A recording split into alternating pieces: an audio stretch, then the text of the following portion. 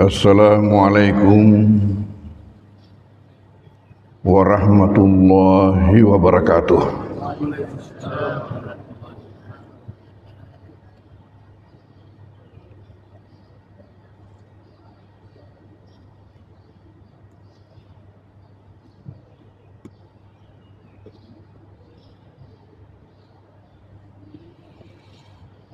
Bismillahirrahmanirrahim.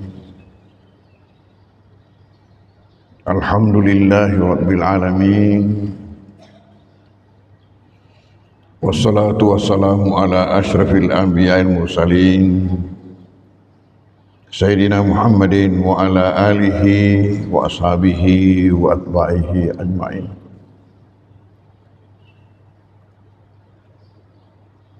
Alhamdulillah bahwa atas rahmat Allah Subhanahu wa taala jualah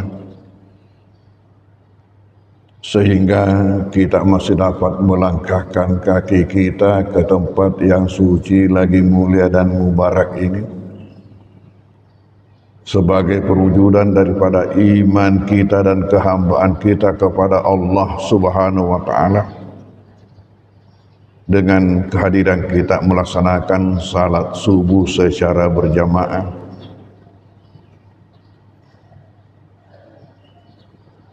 yang merupakan salat berjamaah yang paling afdal di dalam sehari semalam.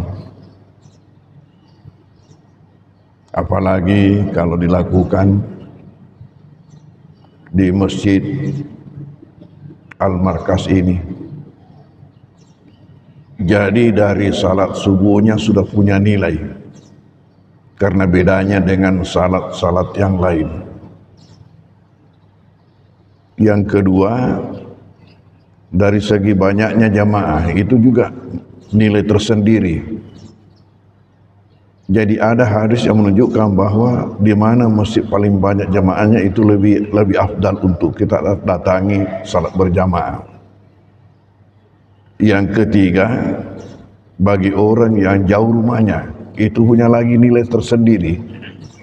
Jadi sudah berapa nilai berkumpul, terakumulasi apabila kita melaksanakan salat berjamaah di masjid ini. Hadirin hadirat jamaah subuh dan majelis pengajian rahimakumullah, telah dikemukakan sebelumnya bahwa ada semacam kepercayaan yang kita warisi dari orang tua kita yang berkaitan dengan bulan Muharram.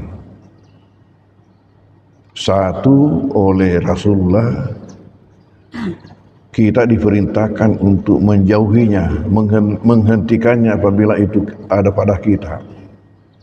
Dan yang kedua, itu dibenarkan untuk kita lanjutkan.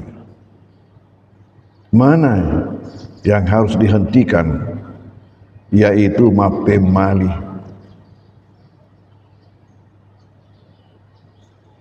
Ada yang diwarisi dari orang tua kita, mapem mali dalam bulan Muharram ini.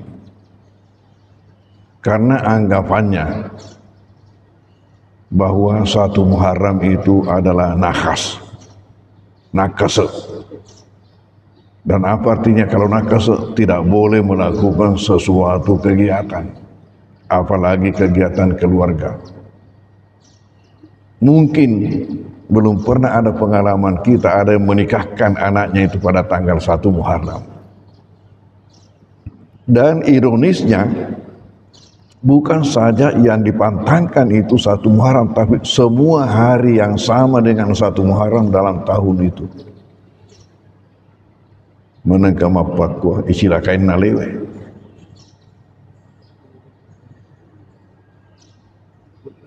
Itu jelas itu apabila kita melakukan perembukan mapetuada, memunikarkan anak.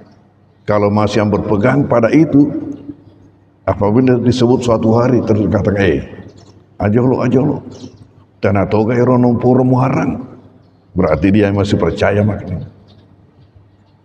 Bulan Muharram bulan yang sangat mulia. Nabi mengatakan syahrullah, itu bulan Muharram adalah bulan Allah. Yang dipantangkan di dalam Al-Quran ialah melakukan perbuatan zalim, bukan melakukan perbuatan yang baik. Perbuatan zalim, dosa, itu yang sangat dipantangkan. Entah bagaimana sehingga menjadi berlebih-lebihan, menjadi sama sekali tidak mau melakukan kegiatan. Itulah sehingga dalam pengajian kita yang lalu saya telah kisahkan bagaimana peletakan batu pertama kampus 2 pesantren kita yang bernama Tondronge. Bagaimana peletakan batu pertamanya itu kita laksanakan persis 1 Muharram dan bertepatan pula hari Jumat di tempat yang angker menurut sebagian masyarakat. Jadi suku nih sempurnalah tanggalnya, harinya, tempatnya.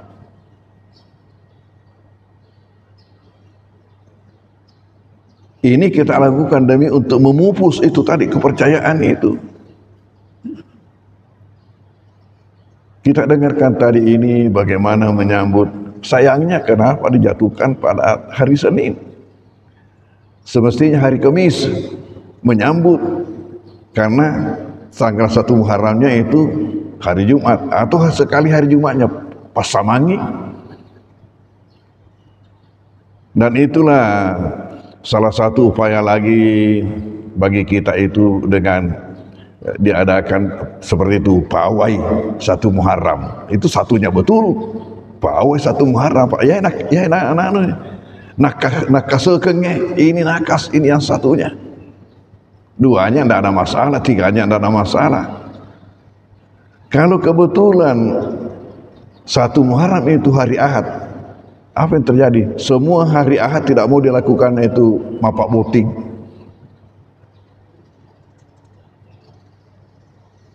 Nah, pemalian. Nah, di sini pemali ini yang dilarang oleh Rasulullah. Laisa minna man tatayyara au tatayyara lahu. Bukanlah golongan kami, kata Nabi, orang yang berpemali atau pergi bertanya lalu dibuatkan pemali sama orang. Otakahana otakan laut, bukan golongan kami orang yang meramal-ramal. Bahasa Turiolone Rosan Roboto, bahasa canggihnya paranormal. Atau diramal-ramalkan, artinya dia pergi bertanya kepada orang yang dianggap pandai, tukang ramal. Oh sahara salahu, atau orang yang melakukan sihir, melakukan santet, guna-guna. Dulu yang waktu bapak-bapak ini yang sudah ya lahir umpamanya tahun 40-an, itu pada masa mudanya itu sering cari guna-guna kalau dia senang sama seorang cewek. Asal parpat disengeng sarik kuamengi, ya dibalas itu kesenangannya.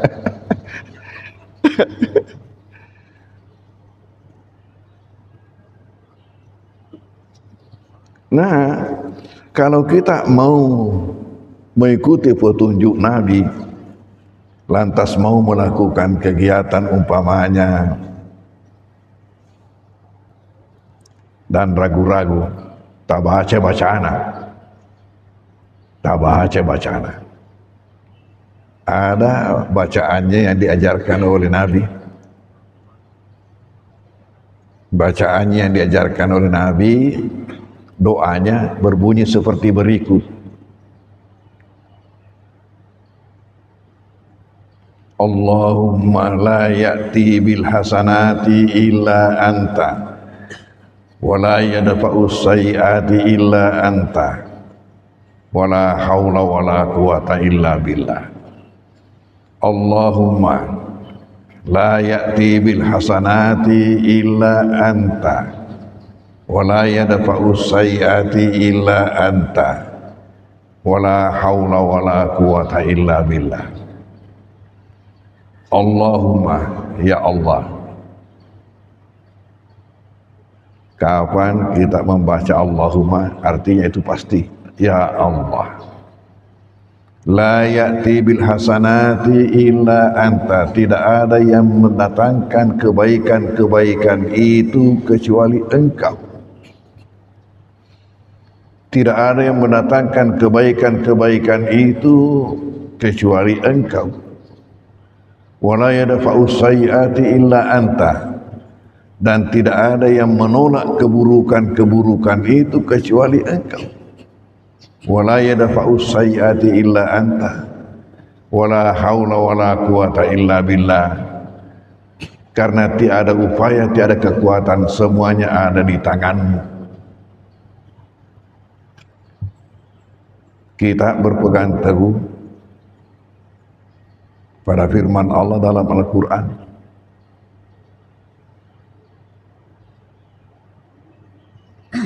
Qul la yusibana illa ma kataballahu lana. Katakan Muhammad, tidak ada yang dapat menimpa kita kecuali apa yang memang Allah telah takdirkan kepada kita. Buadai Muhammad, dek tu gagat tujuh ke sangadinda yang mitumi pura dapat tentu puangin lauridi. Huwa maulana, alena kuasaiki. Dialah penguasa kita, pemimpin kita.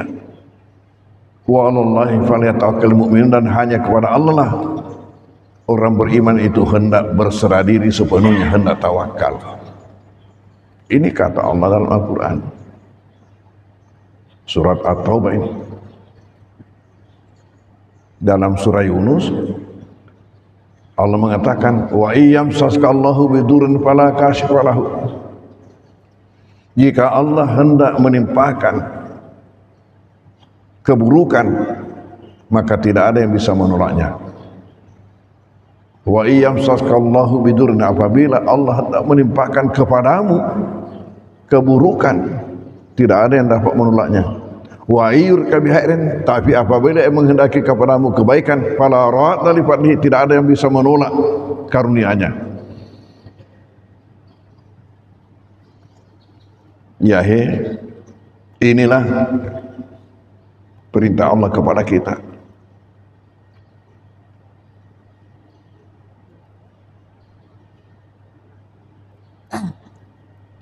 Ketika saya awal tiba, terutama di daerah di mana saya tinggal di Bargu,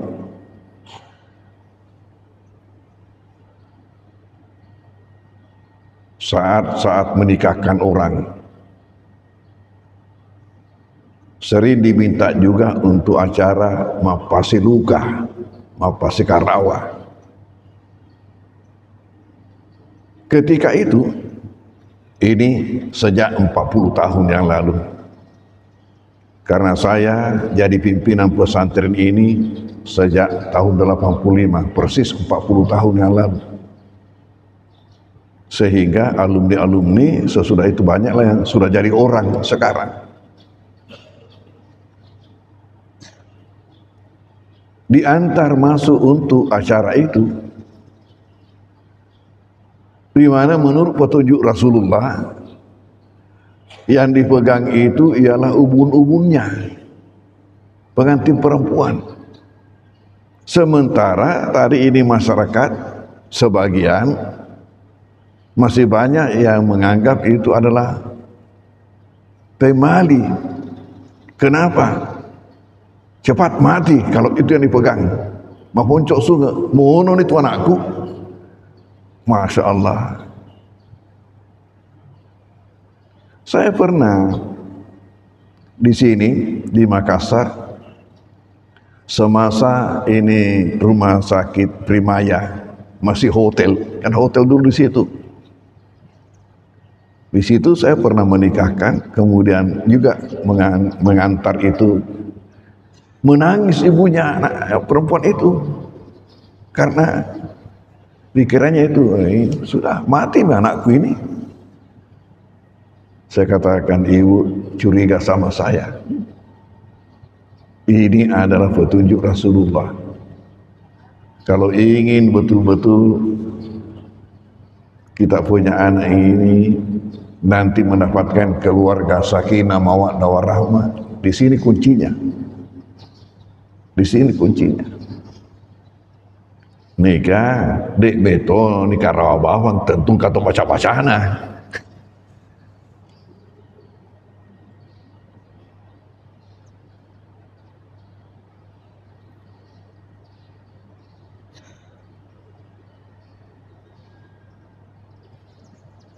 Dan ibu yang melahirkan saya pernah berkata kepada saya itu dulu waktu nikah, ubun-ubunku, sarekku yang dipegang sama ayahmu. Apa yang terjadi? Ternyata lebih dahulu mati yang memegang, baru di belakang mati yang dipegang. Itulah bukti bahwa ya metom itu mati narafi betul jalan nah.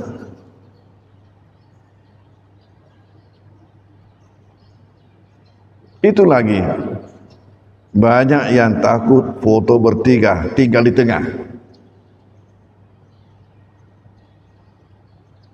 Itu juga cepat mati itu. Saya pertama kali berfoto di Mangkosok di rumah ketika baru tiba dari Mesir. Foto bertiga dan saya yang tinggal di tengah. Guru Tamangkosok di sebelah kiri saya, dosen bahasa Inggris yang di sebelah kanan saya, kebetulan dia datang dari Parepare gilirannya untuk memberikan kuliah. Apa yang terjadi? Pertama matilah yang di kiri, sebelah kiri. Kemudian yang kedua matilah yang di sebelah kanan. Ternyata yang di tengah masih ada memberikan tausiah di Al-Markas. Dek pada rapi. Tapi jelas semuanya akan ke sana. Sisa masalah waktu.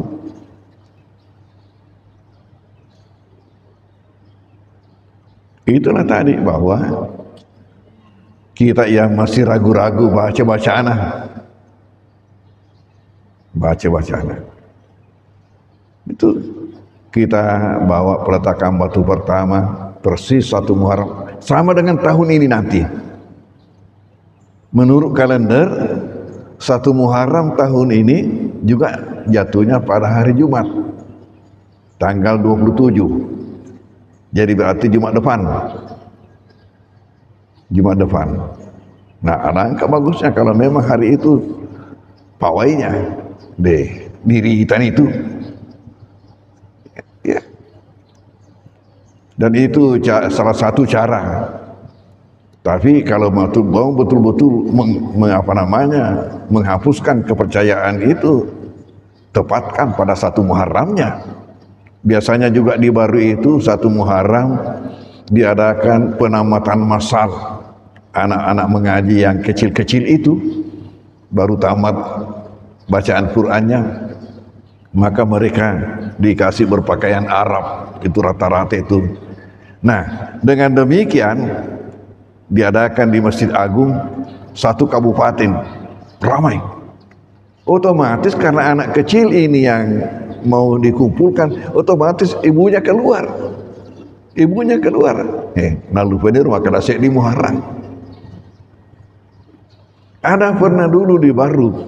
Ini kisahnya masih awal-awal kedatangan saya, masih banyak yang percaya itu. Minta manasik di rumahnya. Biasa jamaah haji minta manasik di rumahnya untuk mengumpulkan keluarganya, handetolannya, ya manasik di rumah.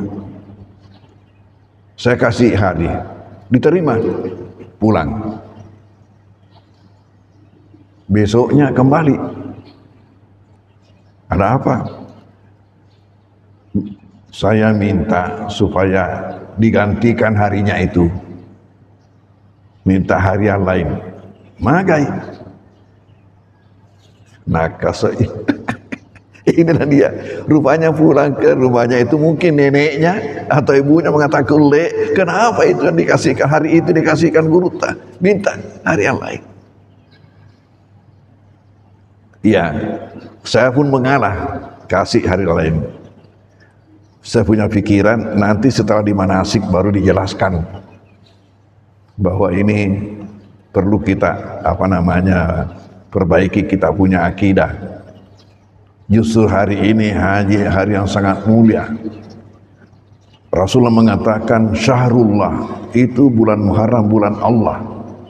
Bulan Allah. Lalu apa yang terjadi kemudian? Persis hari itu pula lah keberangkatan calon jamaah haji baru. Kak mati ni, onrono ke bolamu? Ajak namu jopa, ni kita makan ikan nak neraka se. Apakah yang berangkat atau yang tinggal di rumah? Ya, akhirnya ikut juga. Alhamdulillah, selamat kembali. Ya, tentunya itu juga akan membuat dia merubah pikirannya bahwa ternyata memang ini tidak benar. Tidak benar. Inilah yang dilarang oleh Rasulullah. Oleh karena itu jangan sampai masih ada di antara keluarga kita atau famili kita yang masih berpasu seperti itu, diminta supaya dihentikan itu. Nasilakai alina, tahu semakin banyak pemalu orang itu semakin kurang rezekinya. Kenapa? Karena 7 hari Allah siapkan rezekinya kepada kita. Apabila kita sudah menuduh satu hari nakes, berarti di situ sudah tertahan. 2 hari tertahan.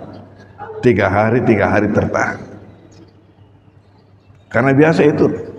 Jangan itu. Kenapa nakes? Karena semua hari yang sama dengan satu Muharram. Bukan hanya satunya, semua hari yang sama selama 1 tahun itu. Pindah lagi, pindah hari. Jangan itu, kenapa? Matiin ala tu'na. Itu lagi, tidak mau lagi. Pindah lagi. Jangan itu, kenapa? Rapor-raporna. Macam-macam itu alasan. Hadirin hadirat.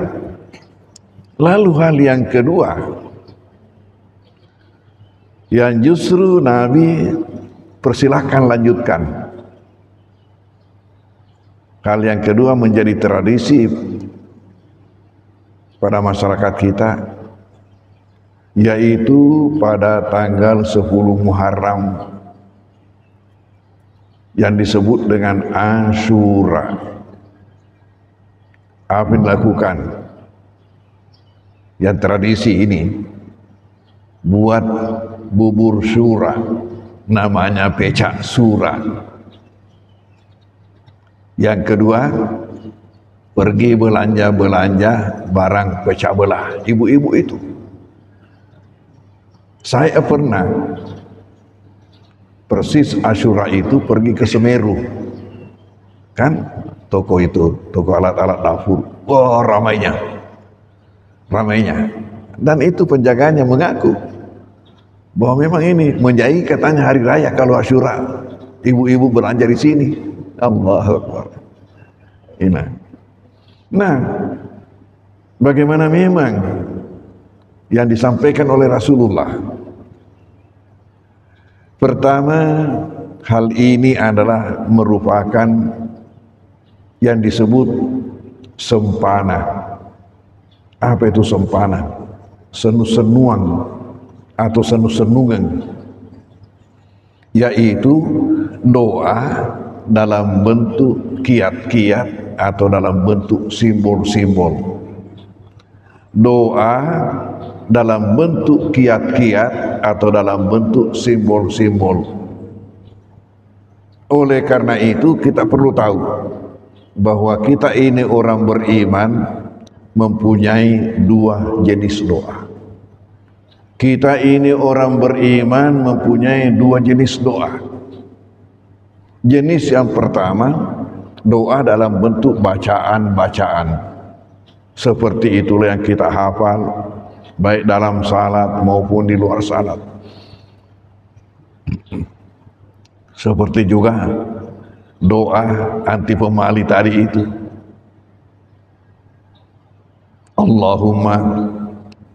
La ya'ti bil hasanati illa anta wa la yadfa'u sayyi'ati illa anta wa la haula wa la quwata illa billah. Bagaimana jamaah? Sudah hafal ini? Hafal ini? Saya yakin pasti sudah hafal. Capana.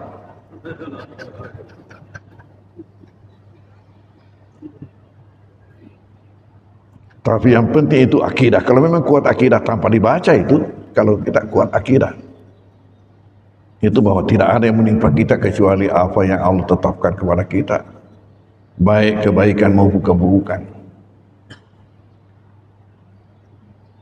Doa yang pertama ialah doa dalam bentuk bacaan-bacaan. Doa yang kedua dalam bentuk kiat-kiat atau simbol-simbol. Dan ini banyak orang yang tidak pahami bahwa ini juga adalah doa. Kita itu memiliki dua jenis doa.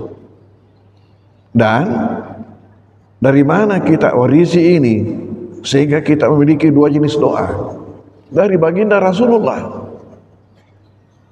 Sayyidina Anas radhiyallahu anhu berkata menurut riwayat Bukhari Muslim, kana Rasulullah sallallahu alaihi wasallam yuhibbu tafa'ul. Adalah baginda Rasulullah sallallahu alaihi wasallam senang untuk bersempanan. Engkau rumah Nabi tanah puji masanu senuang. Nabi senang bersempanan. Apa buktinya? Di antaranya apabila anak dilahirkan, beliau suruh diazankan di telinga kanannya, dikamatkan di telinga kiri. Dulu ada salah seorang mubalik kita, jabatannya terakhir yang saya tahu Kandopak di Marus, kepala kantor Partai Agama di Marus. Namanya Sukri Limpo. Dia tidak terima ini. Dia azankan anak dia.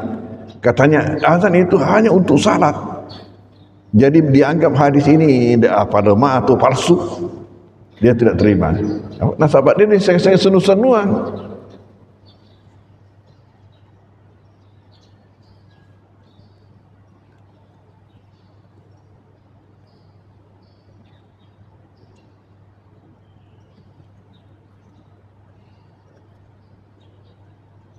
Coba buktinya menurut hadis riwayat Abu Daud Tirmizi dari sahabat Rafi berkata, ra'aitu Rasulullah sallallahu alaihi wasallam azana fi uzunil Hasan bin Aliin hina walatul Fatimah. Saya sendiri melihat baginda Rasulullah sallallahu alaihi wasallam mengazankan di telinga Hasan bin Ali ketika dilahirkan oleh ibunya Fatimah. Fatimah binti Rasulullah, Fatimah Zahra.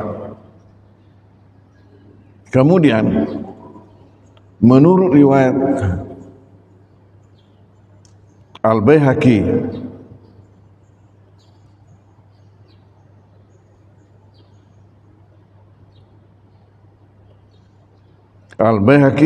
dan Ad-Daraqutni dari Hasan bin Ali, Nabi mengatakan, man waladalahu maulud, siapa yang melahirkan seorang anak, fa'azzana fi uzunihil yumna, lalu dia azankan di telinga kanannya, wa akama fi uzunil yusra, dan mengkamatkan di telinga kirinya, lam tadurrahu umusirian, tidak akan berbahaya kepadanya jin yang suka ikut pada manusia. Lam tadurrahu. Kenapa? Begini, dalam sebuah riwayat Nabi ada mengatakan, tidaklah dilahirkan seseorang kecuali ada jin yang menjadi pengapitnya.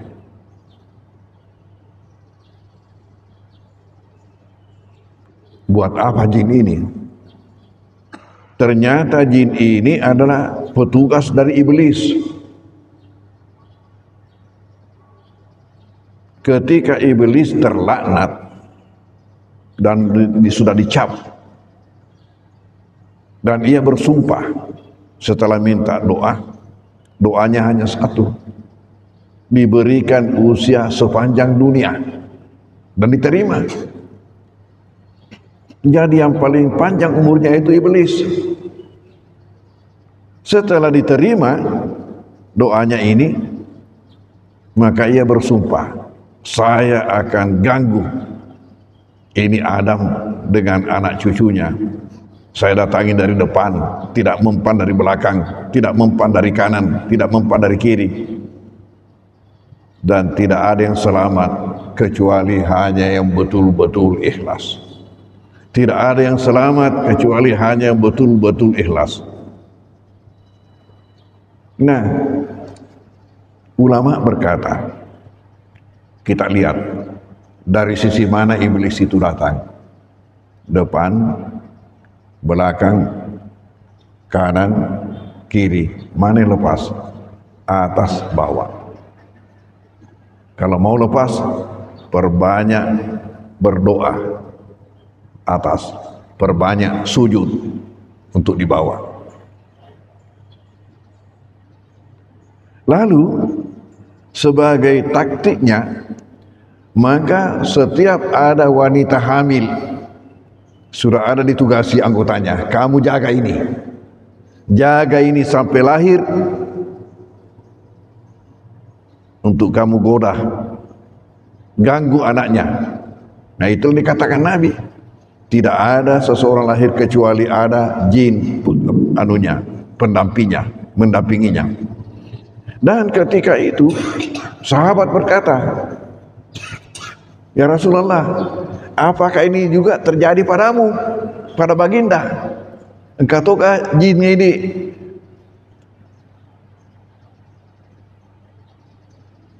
pendapitan? Lalu Nabi menjawab, betul, ada juga. Hanya katanya karena tidak mampu mengganggu saya, malah dia masuk Islam. Itu kata Nabi. Nah, untuk penangkal daripada inilah maka Nabi tadi mengatakan, siapa yang melahirkan anak, diazankan di telinga kanannya, dikamatkan di telinga kirinya, maka tidak akan mudah terganggu oleh ini, jin yang ditugasi oleh iblis untuk mendampinginya. Dan menurut riwayat tadi ini, ternyata Nabi juga melakukan itu ketika Hasan dilahirkan. Ini yang dilakukan Nabi. Ada lagi contohnya. Jadi ini azan adalah doa dalam bentuk simbol-simbol, kiat-kiat. Ada lagi dilakukan Nabi buat anak bayi,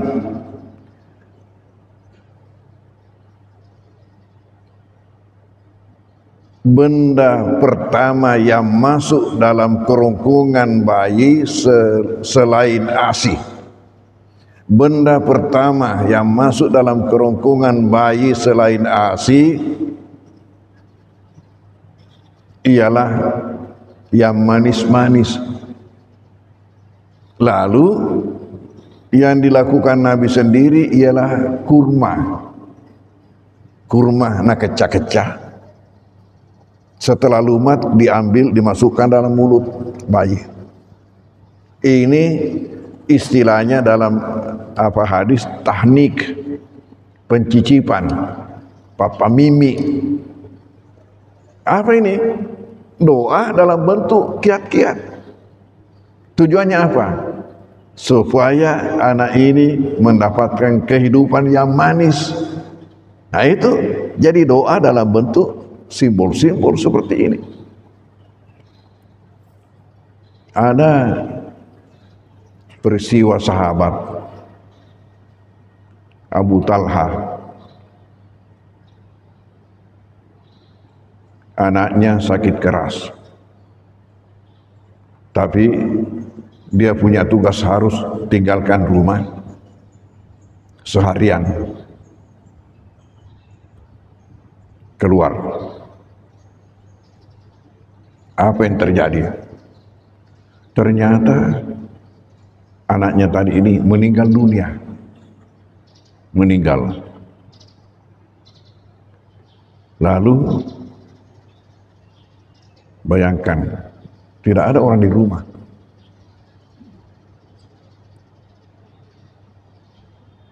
Istrinya menunggu sampai malam. Anak itu di satu kamar. Apa yang dilakukan istrinya ini? Namanya Ummu Salim. Dia hiasi dirinya sebagaimana ketika pengantin baru. Coba lihat, ada perempuan macam ini. Dia hiasi dirinya sebagaimana ketika pengantin baru, menunggu suaminya. Ketika datang, ini sudah malam, baru tiba Abu Talha. Langsung ditanyakan anaknya, bagaimana anak?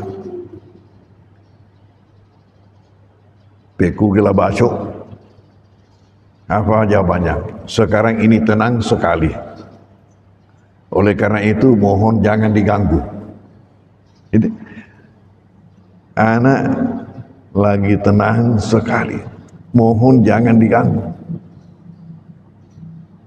Lalu si istri ini merayu tadi suaminya. Itu di kamar lain, dia rayu suaminya sehingga terjadi hubungan.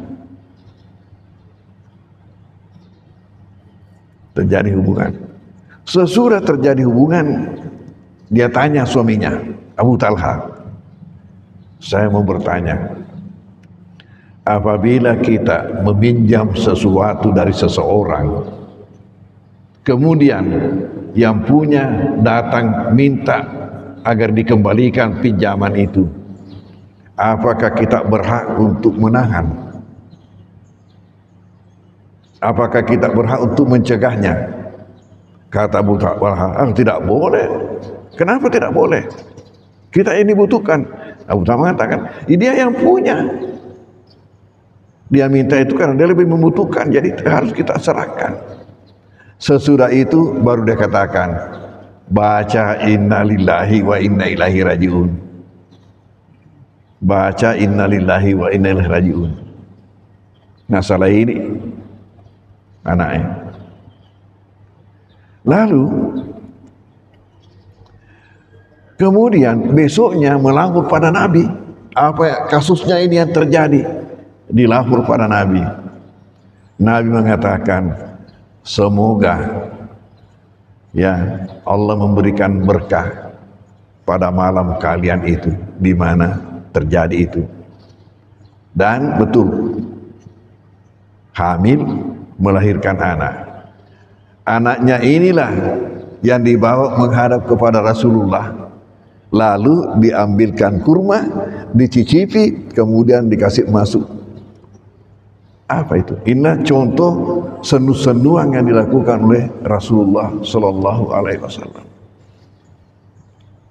Hadirin hadirat, rupanya waktu juga membatasi kita. Kita akan masuk nanti pada senu-senuan yang dilakukan oleh masyarakat kita. Termasuk itu pada 10 Muharram buat bubur Asyura, belanja barang pecah belah. Bagaimana sebenarnya anjuran Rasulullah yang untuk kita lakukan pada 10 Muharram itu. Demikianlah pengajian kita pada subuh hari ini. Mudah-mudahan mendapat berkah buat kita semua. Wabillahi taufiq wa hidayah. Bismillahirrahmanirrahim. Sallallahu alaihi wasallam. Allahumma fa'na bima 'allamtana wa 'allimna ma yanfa'una wa alqina bima yanfa'una. Wa sallallahu alaihi wasallam. Alhamdulillah min al-Fatihah. A'udzubillahi minasyaitonir rajim. Bismillahirrahmanirrahim. Alamin arrahmanirrahim. Maliki yaumiddin. Iyyaka na'budu wa iyyaka nasta'in. Shiratal mustaqim. Shiratal ladzina an'amta 'alaihim ghairil maghdubi 'alaihim waladdallin. Amin. Wassalamualaikum warahmatullahi wabarakatuh.